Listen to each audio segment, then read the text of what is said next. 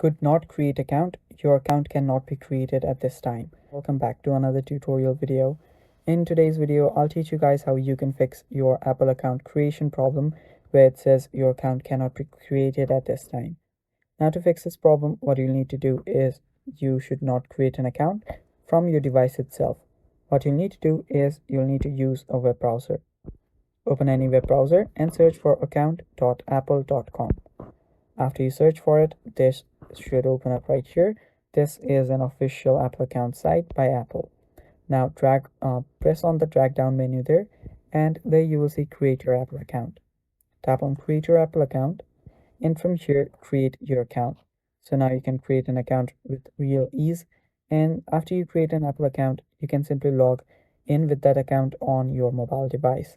And it's that simple, guys. That is how you can fix could not create an Apple account problem on your iPhone. And that is all for this video. Thanks for watching. Stay tuned for more.